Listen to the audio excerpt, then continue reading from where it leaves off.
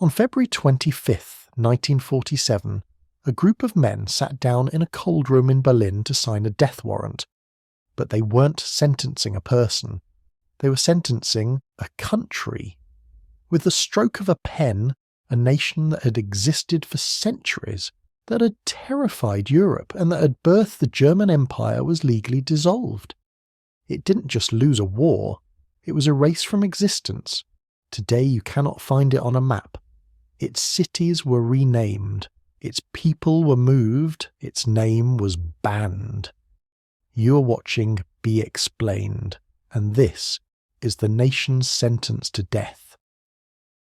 Before we talk about how it died, we have to look at what it actually was.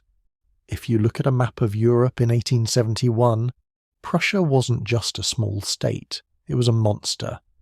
It stretched from the borders of the modern-day France all the way deep into modern-day Russia and Lithuania. It covered 2/3 of the German territory.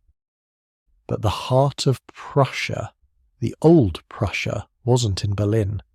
It was in the cold, sandy swamps of the east, along the Baltic Sea. The people here were different. While southern Germany was Catholic, relaxed, and known for beer halls, Prussia was Protestant, strict, and known for barracks. They were the Spartans of the north. They had no natural resources, no gold, no fertile soil, so they exported the only thing they had: discipline. This unique culture is what allowed them to unite Germany. But it is also what put a target on their backs. The thing is, many people think Prussia disappeared when Germany was born. It didn't. Prussia didn't die with the birth of the German Empire. It actually became the absolute giant of the new nation. You see, even in 1933, Prussia was still the absolute giant of the nation. It was the biggest federal state by far, covering 60% of the entire territory and holding 60% of the population.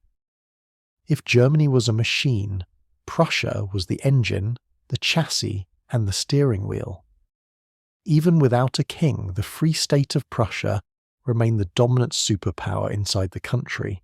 To control Germany, you simply had to control Prussia. However, the fatal mistake happened in that same year. This is the moment that sealed its fate. Adolf Hitler had just become Chancellor, but many Germans still saw him as a chaotic outsider. He needed legitimacy. He needed the support of that massive Prussian state and its military elite. So he staged a massive event called the Day of Potsdam. It was held at the grave of the greatest Prussian king, Frederick the Great. In a famous photo, Hitler bowed deeply to President Paul von Hindenburg, an old Prussian field marshal. It was a symbolic marriage. The old Prussian aristocracy gave their blessing to the new Nazi regime. They thought they could control Hitler. Instead, Hitler used their military machine to burn Europe to the ground. Fast forward to 1945. World War II is over. The Allies, America, Britain, and the Soviet Union looked at the burning ruins of Europe. They asked themselves, how do we stop Germany from doing this a third time? They concluded that the problem wasn't just Hitler. The problem was that handshake in Potsdam. Winston Churchill and the other leaders believed that the root of German aggression came from that Prussian aristocracy, the Junkers. The Allies decided that as long as the name Prussia existed on a map, the German people would always dream of conquest. So they didn't just want to occupy it. They wanted to perform an exorcism. The execution happened at the Allied Control Council. They drafted Law No. 46. The text is chilling in its finality. It reads, "The Prussian state, which from early days has been a bearer of militarism and reaction in Germany, has de facto ceased to exist. This is the only time in modern history that a state was abolished by a legal decree from foreign powers. But writing a law is easy. Enforcing it was brutal. Prussia was physically sliced apart.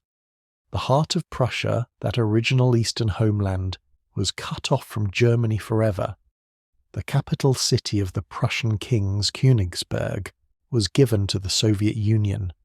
Today, if you look at a map, you see a strange, disconnected piece of Russia sandwiched between Poland and Lithuania. That is the corpse of old Prussia. The Soviets flattened the city. They expelled the German population who had lived there for 700 years and renamed it Kaliningrad. The rest of the Prussian lands were given to Poland to compensate them for the war.